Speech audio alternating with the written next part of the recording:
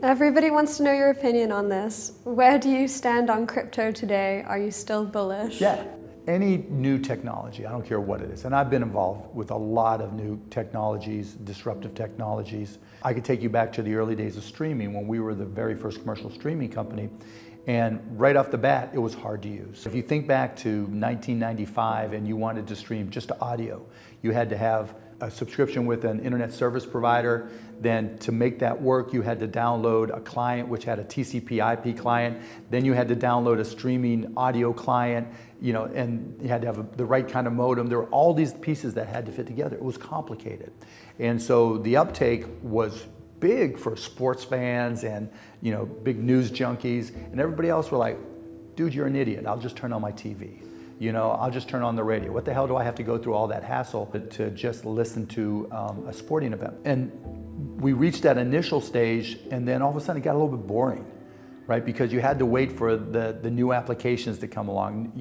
We had to wait for live to come along. We had to wait for video to come along. We started, streaming audio in 1995. When we did video, it was 1998, and even then it was only postage stamp size. And it was only, in 2012, let's say 2013, 14, almost 20 years later, where people looked at streaming like, okay, it's normal, right? You just click on Netflix and it just streams, and you don't have to do anything else.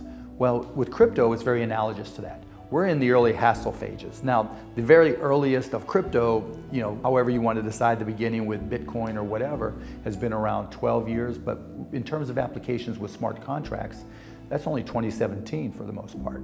And so we're really only 5 years in. Mark Cuban has become one of the most forthright figures in the crypto space, becoming a huge bull on Bitcoin, Ethereum, and a number of other projects over the last 24 months. In his most recent sit-down interview with Forbes, Cuban explains why he's still extremely bullish on the entire sector and why also investors are still extremely early with the majority of the huge opportunities in crypto still to come. Cuban explains how where we are at now in the crypto space is very synonymous to the early days of the internet and the dot-com wave in which he initially made his fortune. Cuban speaks on why he's keeping his eyes on the applications that are going to be built upon blockchain technology and why he thinks the big winners will be those that play to the strengths of smart contracts. Make sure to stick around to the end of the video where Cuban explains why an investor is never too late or too old to make the most of the opportunities around them. Also, only a small percentage of my viewers are actually subscribed. If you enjoy finance content, consider subscribing or liking the video. It's free and you can always change your mind.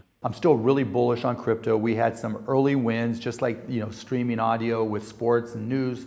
Now with crypto you have DeFi and you have money transfer and some other applications, but you haven't had any mainstream applications where your mom says, okay, we've got to get a wallet because I have to do A, B, or C, right? It's been DeFi, NFTs, and money transfer. And so it's kind of boring right now. We're waiting for that next round of applications, and there's a lot of people working on them. NFTs for the resale of books. So we take NFTs past the collectible markets to the utility markets. NFTs for refi, which is for carbon offsets, buying and selling and trading carbon offsets, and even burning them so that they're not resold all the time, but they have a direct impact on the environment. And there'll be more and more and more of those applications that are more mainstream. But they're not all the way here. They're not truly mainstream yet. And so we're going through that lull. And you saw the same thing with the internet too, right? Until mobile phones came along, from 1995 to 2007 with the iPhone, right? I mean, you had Amazon, you could go shopping and you could stream, but it wasn't like it was just earth shattering. But once we got it on mobile, then we got the App Store in 2009? And then even remember the first apps on the App Store were like, here, look, let me hold my phone like this. Yeah, it looks like I'm drinking a beer. Just dumb shit. There's no reason why crypto is going to be any different. But the good news is, the investments I'm looking to make are geared towards applications that'll be mainstream and not about, okay, let's create an Instagram for crypto. Let's create a Twitter. Not Me Too type applications. More like, okay, things that take advantage of smart contracts and distributed environments. NFTs is books, I think particularly for textbooks. Now, whether or not we can get the college textbook publishers to go along is another issue, but the idea of kids buying books for classes today, my daughter just went to Vanderbilt, so the whole process of buying books, First, do you want to buy new or used, right? Then you lug these books back, and then at the end of the semester, because they're only good for the time you were in the class, you make the decision. Yeah, I'm going to sell it. How do I sell it? Do I ship it off? Do I take it to the bookstore? It's just a pain in the ass, and in a digital world, it's ridiculous. And with those as NFTs, well, the NFTs allow you to apply royalties that when that book is resold, the author and the publisher and whoever else is involved can get a set royalty fee. So that means that the publishers and people who created the book can keep on getting paid, whereas when there's a physical book that gets sold and resold, they have to hope that book falls apart, and so that they can sell a new one. And so I think that's a great application. As I talk about environmental impact with trading of carbon offsets, I think insurance, being able to very easily buy insurance. But I think in terms of the home run type applications, and more complicated, longer to develop type things, I think things like health insurance, right? The whole process of getting a claim pre-approved or approved after the fact is horrible. Nobody likes dealing with their insurance company, their health insurance company. First of all, for pre-approvals, you never know whether or not you'll get pre-approved or not. And when you go, it's not like the UK where you just go to the NHS and you just hope they have it, not if you'll get approved. Here it's like, all right, I have this need, the doctor's prescribing it for me, but I can't afford to pay it out of pocket. And so what am I going to do if my insurance company doesn't approve it? Well, with crypto, you could reinvent how insurance claims are pre-approved or approved by creating an environment where you have 1,000 validators. There's different types of roll-ups, optimistic roll-up where you have validators and challengers, right? So you could train people to be a validator and pay them every time they validate, approve or don't approve a claim. The optimistic roll-up side of it, the challengers will say, okay, you didn't approve this, but not for the right reason. Your training says you should have approved it. I'm challenging it. So anything that you're staking that you put up to get paid for that, I get, and that keeps it honest. That's just a crypto way of keeping things honest. And so that type of application has scale, it has impact, and it's better in a decentralized, wide and flat organization than vertically integrated company like our traditional companies. Any tech advancement, you've got to start, Steve Jobs had this great saying. He said, everything's a remix. And you have to look at new technologies and look at things the way they're being done and say, okay, how can I remix these together?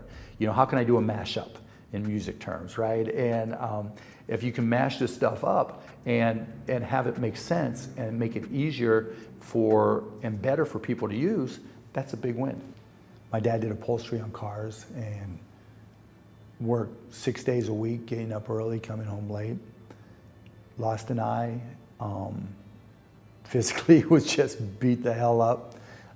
Crawling in cars, pulling out seats, cutting the tops off to turn them into convertibles. It was just, he busted his ass to do what he could for us. But he always smiled and he was always great. And he just gave me the attitude that, work is work, but you only have one life. And it's interesting to me that one of the questions people always ask me is, what would you tell your younger self?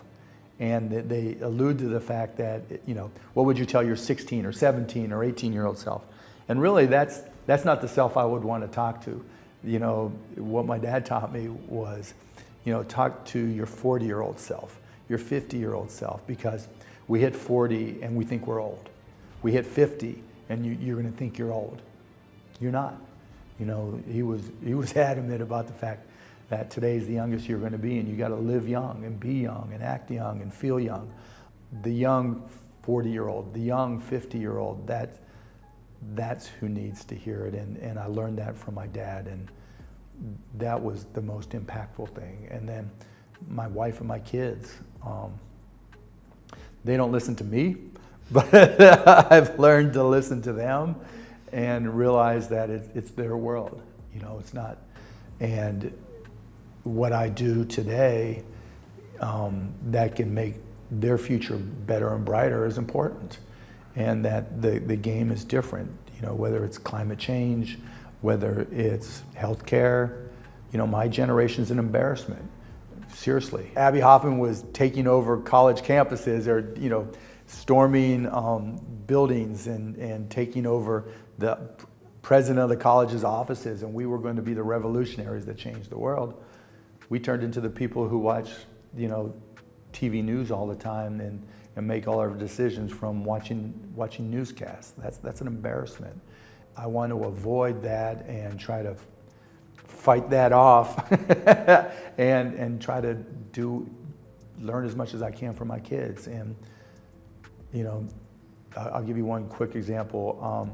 I love to read, and I try to get my son, in particular my middle daughter, to read, and they're like, nah, we get it from video. And early on I was adamant, and then one day my son, and my daughter has examples too, but my son started asking me Shark Tank questions. And he was asking me, why don't I do royalty deals? And I started explaining, well, it eats up cash flow and it reduces gross margin. I'm like, do you know what gross margin is? And he was like, yeah, it's the difference between your sales price and your cost of goods sold. I'm like, well, how did you, he was like 10 years old, 9, 10 years old. I'm like, how did you learn that? TikTok. And it made me realize that they weren't the one with the problem. I was the one holding on to the things the way I did it, thinking that was the only way to do it. And I think that's what my kids are teaching me, that a lot of the things that my generation might look down on for my kids, they got it right and we got it wrong.